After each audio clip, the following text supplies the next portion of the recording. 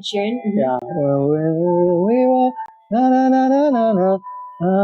We were just kids when we fell. Yeah, that's the same thing right here. Yeah. Perfect. We were just kids when we fell. Yeah, correctly. Yeah. Like sing right here. You came by on bamboo stilts playing horse. You walked about my seat playing with blue plums.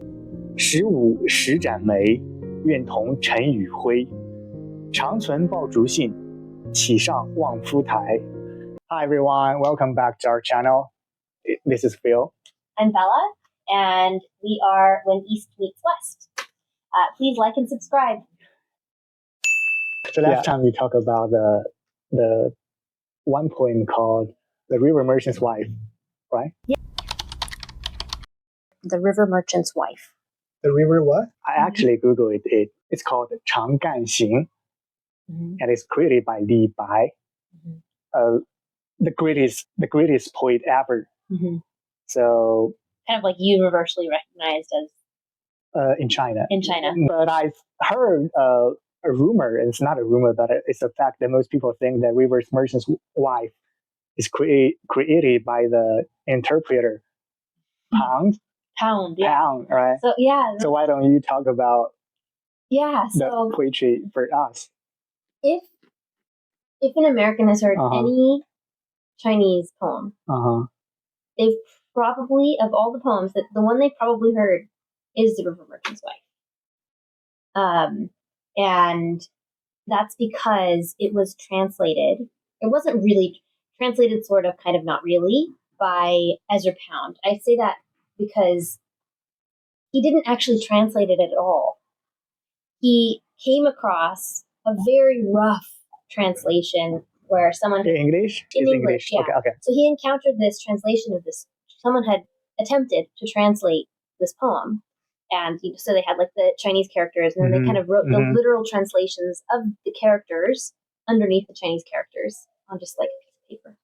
And so he took this very rough translation that if you read it in English, it's not even in sentences. It just makes no sense. Like, it doesn't really make sense. It's almost like a series of images. Yeah, that's what. That's part just like there across the page. And so something about Ezra Pound is he is the creator of the Imagist movement. So he was someone who is kind of obsessed with images. He had two things that he's famous for saying. One is make it new. Okay, that was like his mantra for his life. Make it new. And then the second thing that he would say is it's better to write a single image than volumes of work. So he said just one image is better than a whole like bookshelf. Words and sentences. Of if you are a writer, it would be better just to write one image than to write a whole bookshelf of work. So that was kind of his mindset. He wrote a lot more than one image, but that was kind of what was important to him. And so when he saw this translation, that's just basically like this series of images, I think he liked it. And he wanted to turn it into an English poem. Imagination? An English poem in the Imagist genre that he created himself. And for something that could be appreciated by English-speaking audiences. But he didn't speak Chinese at all. He knew nothing about Chinese. And so he was just relying on this person's rough translation. He took that rough translation and then... But does he know the original version? I mean, he saw the Chinese characters, but he couldn't read them. Okay. It would be... Yeah. Can read it for us. Like what the phrase we say, it's all Greek to me, meaning I can't understand it. So, let's see. You actually got a poetry collection for American poetry. This whole book is just American. That's your favorite poetry. book, one of your favorite books. Yeah, I don't know if it's my favorite, but it's one that I had to get when I was studying literature in college.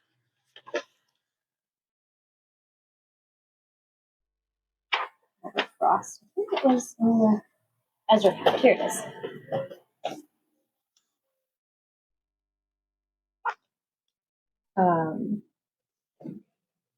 you can put a picture of the page. Yeah. But something that's interesting is people actually debate whether or not this is a translation. Yeah, they thought it's original. Why? No, people don't ever say it's original to him, but they don't. They also kind of say that is it really a translation? Because people who speak Chinese, when they read his translation, they're like, it's a bad translation. It is. Yeah, and so like it's not accurate. It's an inaccurate translation, and so people are like, is it really a translation? Is it not a translation? And so a lot of times what people say is, it's the river merchant's wife, a letter after. It's actually part one. After Li Bai. Yeah. So when you say something is after someone, meaning like you were inspired by them. Yeah, you're not. But you're not doing the same thing, but it's close enough to what they did that you have to give them credit, but also it's just something different at the same time. Does that make sense? Yeah, so what's interesting in this book in particular, which, Oxford, what are you doing? They didn't give Li Bai any kind of credit there's at all. no name on. There's no credit here. Oh, wow. So, and what's funny is earlier over here, I feel like I'm outing them. I feel bad. But here, Ezra Pound actually really enjoyed doing translations. And so this isn't the only Chinese poem he translated. It's just the most famous one. He actually has a whole book of Chinese poems that he translated because he loves Chinese poetry. His very most famous poem is this poem. In a station of the Mitra. Oh, the shortest one. Yeah, I read it before. Yeah, it's the shortest poem. The apparition of these faces in the crowd, petals on a wet black bough. Yeah. That's it. That sounds a little bit da-da-da. Yeah.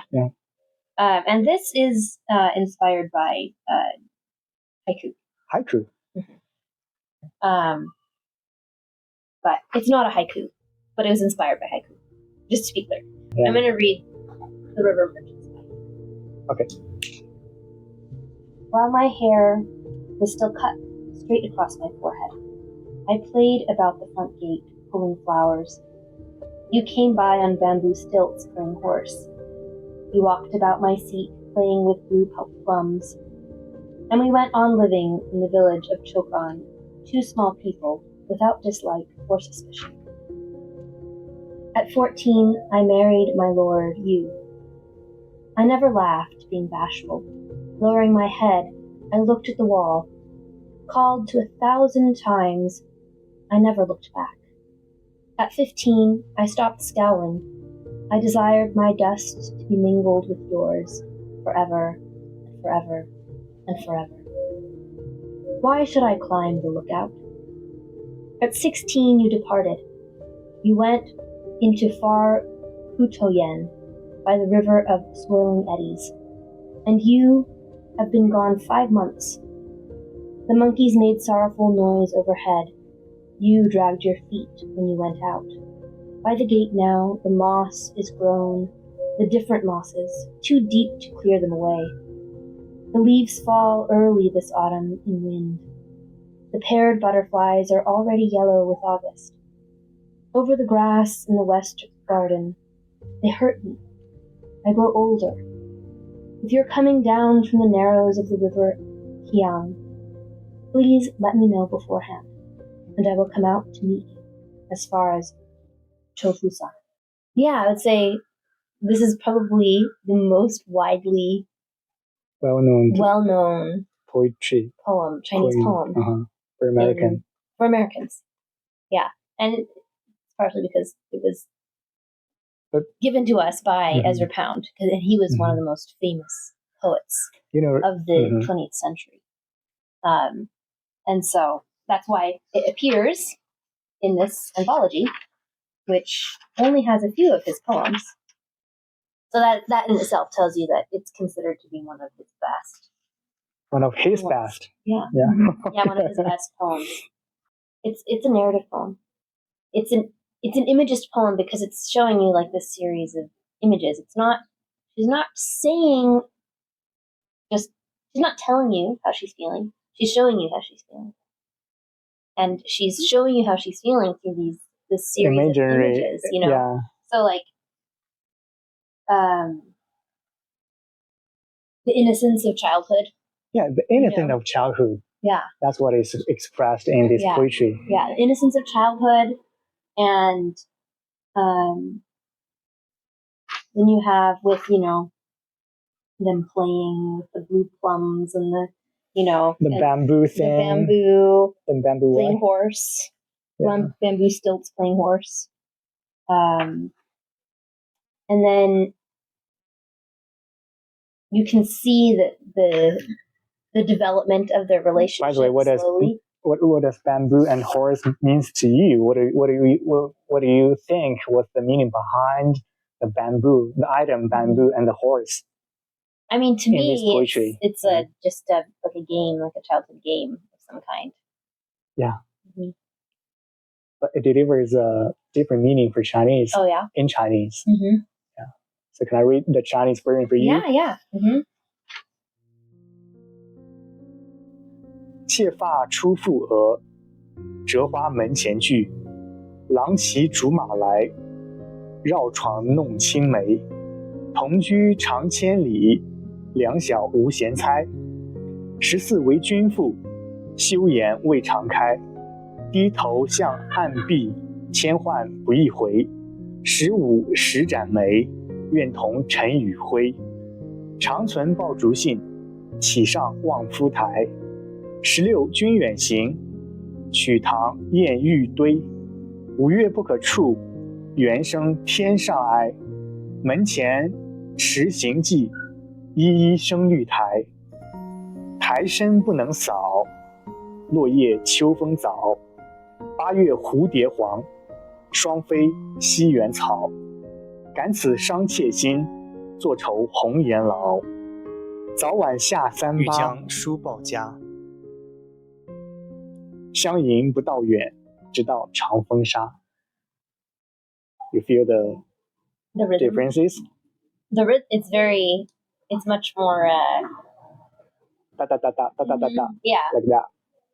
Bum bum bum bum bum bum bum bum bum bum.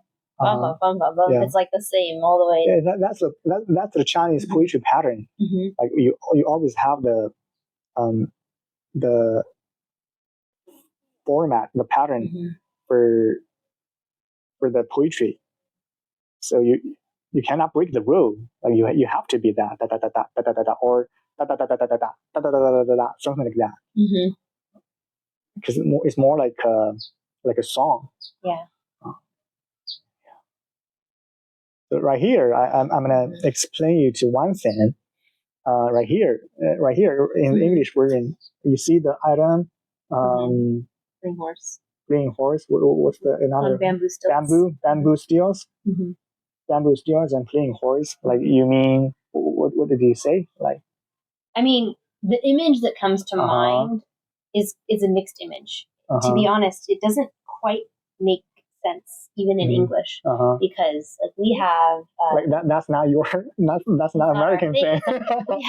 we have two childhood games what is that? Our old childhood games. One is that you can stand on a pair of stilts and walk around on a pair of stilts. Okay.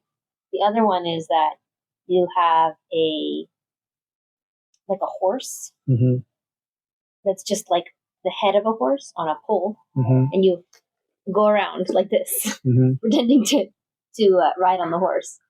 So it's kind of like a mixed image here because on the one hand, I see the kid on stilts. Like then children, on the other hand, I see the hobby horse, which those are like old European childhood toys.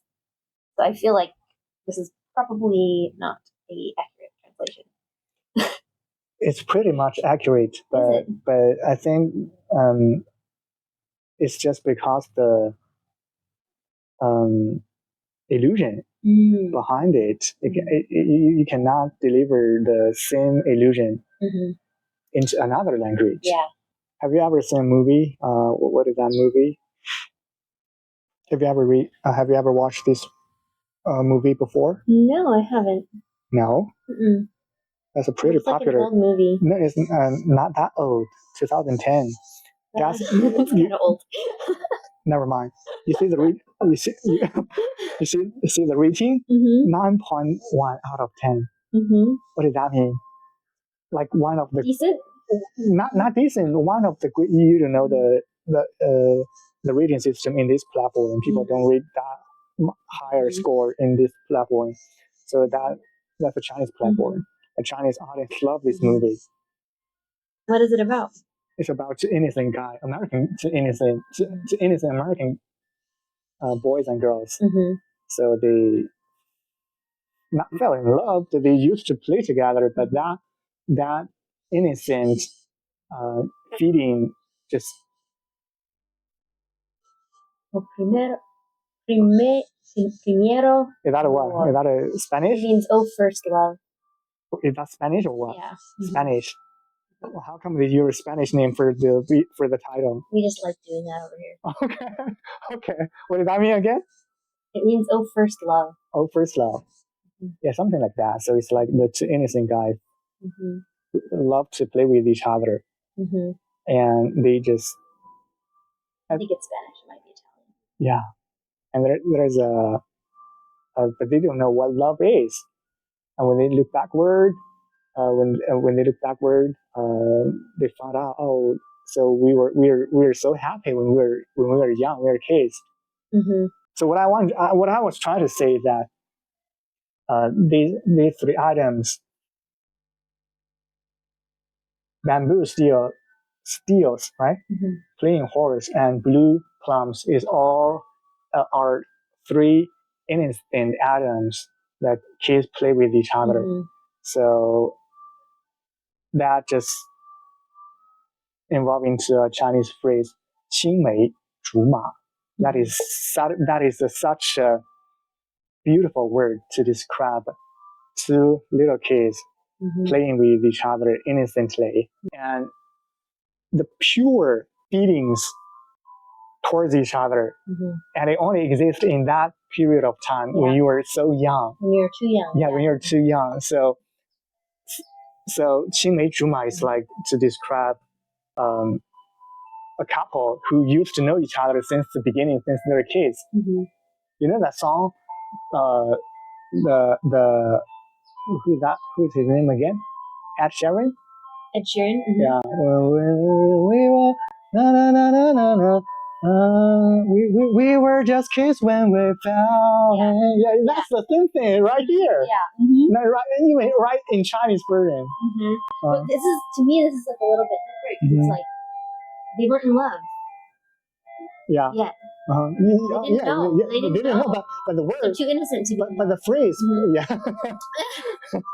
But the phrase itself is to describe the love like that. Yeah. They know each other from the beginning. A few moments later. Let's keep going. Where were we now? We were talking about. No, we were talking about. So I made the explanation of the two items connected and just combine into a phrase that how innocent the childhood, and how innocent the kids are. Just like Ed Sheeran's song. I think I made that before. Like perfect. Correctly. Yeah. Like sing right here. Yeah, exactly. That's what this word express. Like we don't know nothing about that is, but it turns out it's innocent love, pure love. Yeah.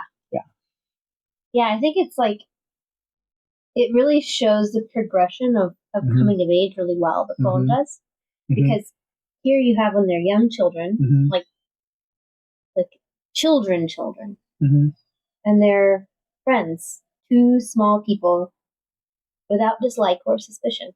Yeah. And all of us can remember that time when there wasn't really a difference between boys and girls. When you're like in lower elementary school, like first grade, second grade, you know.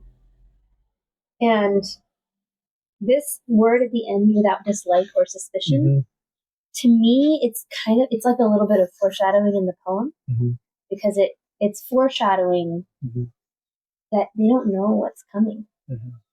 Neither of them know that they're going to be married. And so then when that happens, in the next stanza, this playfulness disappears. The innocent playfulness disappears, right? And so she says, I never laughed, being bashful. So that kind of like open innocence of childhood is gone. And we all experience something of that when we turn about 14, 13, 14. We suddenly become bashful. We suddenly, at 15, she's not bashful anymore. And become a little more mature. More mature, yeah. And to me, this is my favorite line, I think. Which one? The second line here. 15 line? Yeah, at 15, I stopped scowling. I desired my dust to be mingled with yours forever and forever. What did this sentence means in English? I don't even know what it means in English. So for me, when I read that, I just like it. Because I know what it means in Chinese is so... It doesn't even have to have a meaning because it's so beautiful. The words is beautiful. It's just connected in a beautiful way. Yeah. But literally, I don't know what it means here. What's funny is in English it has illusion. Oh, okay. Now you have an illusion. You have an illusion now. Yeah. So, and it's because in the West, when you get married, let's say the two have become one flesh. Yeah. And so, and then we also say, from dust you came, and from dust you go. You will return. Okay. In the end, you're going to be dust again. Yeah, because in the Bible in Genesis, the story of creation is that God formed Adam and Eve from dust. Yeah. And so that as like a background for this line is like to a Western person who knows this story that's like saying like, and then to follow it by forever and forever and forever. It's like from dust you came, to dust you return, and I want even my dust to be mingled with yours, that we will forever and forever, like forever and forever. Yeah. So it's like whoa, wow, yeah, wow. And it's like it takes that idea of like the two becoming one. Yeah, like that's the two becoming one and making it like literal. Yeah. But then also it's like the culmination of that. Because we say the two become one. We all know that's not literal. Physically. It's not physically. Yeah. But then here it's like making it almost physically. Yeah. Because it's taking from the beginning we were dust. In the end we were were dust. Dust. And forever. Our dust is going to be one. Yeah. Indistinguishable from the other person. So like that's why that's my favorite line, is because it's like in English it has that meaning. Probably doesn't have that same in Chinese too. It doesn't. So you just use Bible verses to interpret that your favorite sentence. But in Chinese, I mean, like we don't have Genesis, but we have the similar story. Like in Genesis, God created Adam and Eve. In Chinese story, and Chinese Asian story, like in the beginning, there is a god called Yuwa, a goddess called Yuwa. She made human beings with dust. Oh, really? Yeah. Oh, so it's pretty. Can have the same. Yeah, in some degree, has the same meaning. That's cool. Yeah. I like that it can have a similar meaning because it's very powerful for me. In English. It is. Now I can see the meaning that you share with me. Yeah. And then just the way it looks. Why should I climb the lookout? It's like I don't even need to look beyond us. Right, but that changes when he leaves. Then she's going to climb the lookout because she wants to find him. But so like her whole world has kind of just shrunk down to just their relationship. That's all she needs. She's satisfied there. The monkey makes sorrowful noise overhead. What is that original line? Let me check. why there is a monkey. What's happened with the monkey?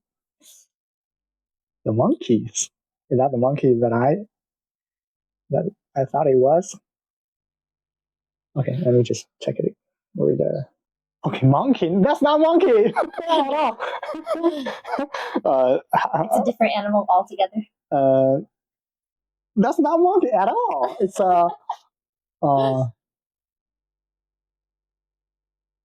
you know the Monkey King? Monkey King, you don't know that? Mm. So it's a Chinese myth. So there is a Monkey King from and he was born from the stone, from the heavenly stone, and he got a superpower. And but in the beginning he's so rebellious. But in the end, he got defeated. So the heaven sent just assigned a mission to this Monkey King to protect the monk from the east to seek the truth in the west.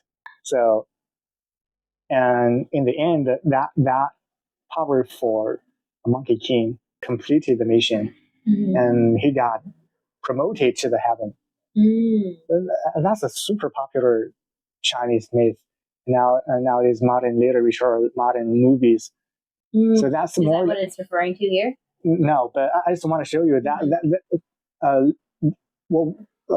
what we call him is Monkey King, but biologically, it's not a monkey. Okay. Yeah. So right here, it's a monkey. It's so funny. Like monkey means nothing for it. Monkey is more like just animal in the zoo. So it's weird. So here it is supposed to be the eggs. The eggs have its sound is more profound. It's more like you can hear his sound 1,000 miles away. Oh, I see. Yeah, that's where it's supposed to mean. We don't have that meaning for apes. Apes don't have any meaning to us. It's an animal for you. Just an animal. Okay, so I think he probably chose monkey instead of apes because it doesn't sound very nice in English. Okay. Imagine the apes make sorrowful noise overhead versus the monkeys make sorrowful noise overhead. Monkeys is just like a gentler, like a soft animal. It's a gentler word, and we don't we think of apes as being kind of like very powerful, like rude, like dangerous. And so he probably felt that the image of an ape did not fit. See the difference between us. Yeah, the poem, because to us monkeys are cute. Cute. They're like playful. Playful, yeah, that's correct. So we think of like monkeys as cute and playful. So in the poem, it makes sense that the monkeys, which are cute and playful, even the monkeys are making sorrowful noises. Yeah. So it's like to us, that's like it makes more sense. Meaning wise and also rhythmically for English, the monkeys make sorrowful noise overhead. It actually has a rhythm.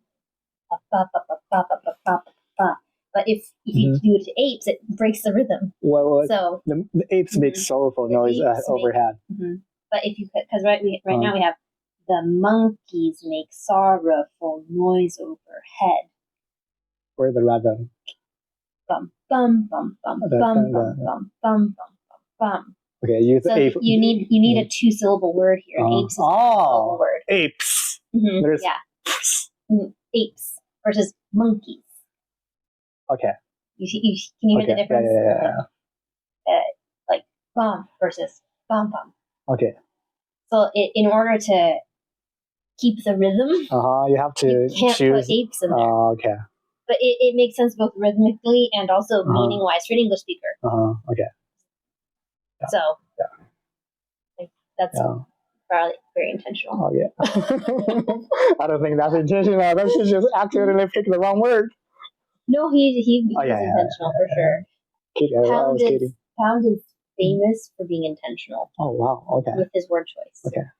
This poem here, this next one here, Infestation of the Metro, it's 1, 2, I can 3, tell 4, from 5, that. 6, 7, 8, 9, 10, 11, 12, 13, 14. It's 14 words. By the way, what is it? But this started out, this poem, when he first wrote it, was 30 lines. 30 lines. And cut Not it 30 to words. 30 lines. It was 30 lines, and he cut it to 2 lines. Okay. So he wrote 30 lines of poetry, and this is what he decided was the most important image. So he cut it all down. So he was nothing if not intentional. All right, we'll go into the last one. line. So you dragged your feet when you went out by the gate now. The moss is growing, the different mosses, too deep to clear them away. The images in this last stanza are just so beautiful. Too deep to clear them away. The leaves fall early this autumn in wind. So that it's like you get this sense that time is passing, and he's not there to attend to the things that he could tend to if he was there, right? So the moss is growing along the path that he should have walked, and it's now even too deep to clear away. The leaves are falling early, so it's like she's aging faster. And the paired butterflies are already yellow with August. Even the butterflies are the same color as fall. Over the grass in the west garden, they hurt me. I grow older. So they're like a reminder. The paired butterflies is a reminder that she's alone. And getting older. And that's why they hurt her. You're coming down through the narrows of the river Chang. Please let me know beforehand and I will come out to you. Yeah, so it kind of goes through, like, it's like a complete coming of age story, going from the innocence of youth through to the bashfulness of, like, you're going through puberty, and then coming out of that bashfulness into love, the blooming of love. And the departure.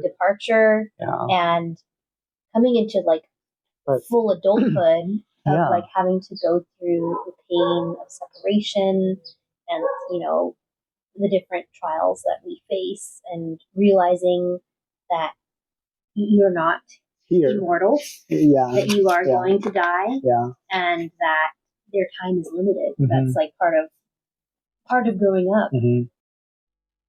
青梅竹马. Oh wow. I really enjoy your reactions to the poem. That I'm glad that it's such a good poem in Chinese. It's fun. It's this poem. 郎骑竹马来，绕床弄青梅. Oh wow! I just can't. You just cannot believe how beautiful it is for the Chinese. I think, you know, I've read many translations of this poem that have attempted to be more accurate. But only in my opinion, only being accurate is not enough. Exactly. Yeah. In my opinion, this one gives the deepest feeling. Yeah, the feeling. The deepest emotion, without being too caught up in being accurate. I wish I could remember this quote perfectly, but Pound said that an image should make you feel liberated. Like you're free from time and space. Yeah. Like you have, like just witnessing the image makes you grow as a person. That's his goal. That's his ideal for an image that he wrote. And so for him, it's about the feeling of it.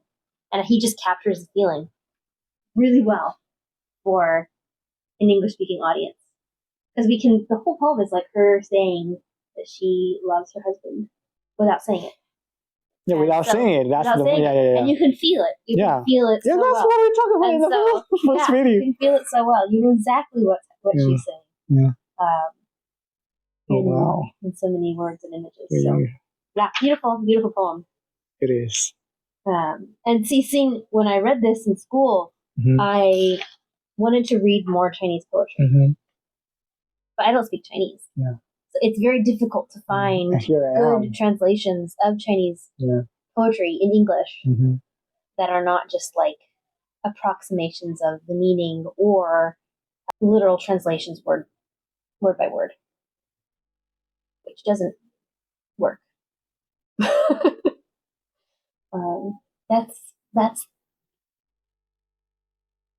That's what? The River Merchant's Wife. Yeah. The River Merchant's Wife. The River Merchant's Wife. You give me a different perspective. Like Westerners can understand, and even Easterners can feel the feelings behind the pond, trying to express. It's interesting. Yeah. Yeah. I think it's quite. To me, it's a hopeful thing. To be is a hopeful thing. What is that means? To be? To me. To me. I thought it's to be or to be or not to be. That to is be or not to be. That is the question. Okay. Why are you? See, okay. That's the line from Hamlet. To me, it's a hopeful thing. Yeah. Why? The whole endeavor of translating poetry, because as we've noticed, it's quite difficult. Yeah, it's to translate it. Yeah. But at the same time, I think that the attempt of translating poetry is a hopeful endeavor because it's centered on a belief that at the basis, because poetry is supposed to express like these like very deep human emotions, and human truths that we resonate with profoundly. And so, if you take a poem that was written in different language hundreds of years ago, and then say, this means something to me, an English speaker, with no knowledge or understanding of Chinese culture, the language, history, anything. Yet, it means something to me so deeply. And Pound thought, when he read it, that it meant something. And that what it meant was worth trying to bring to his American and British audience. And he did that in hope that was true, and it was true. Because it's one of his most famous pieces of writing that he ever created. And so, and it resonates very deeply with me, very personally. Yeah, so with me. Yeah, and so I just think that's pretty cool. Incredible. Yeah, it's very hopeful. I think he did something as a historical meaning, that he built a connection between Easterners, Eastern culture and Western culture in a way that both can mutually understand each other. Yeah. Well, thanks for letting me share with you. Thanks for teaching the audience and me that there is a Chinese poem that is so well known for Americans. Yes. Yeah. That was so great. Well, I hope you all enjoyed our conversation and our discussion of the River Merchant's Wife. The River Merchant's Wife. Wow. I hope you all have a wonderful day, and please comment below if you saw anything that we missed. Thanks for watching and tuning into When East Meets West. Be sure to subscribe and stay with us for more insights into Eastern and Western perspectives. See you next time.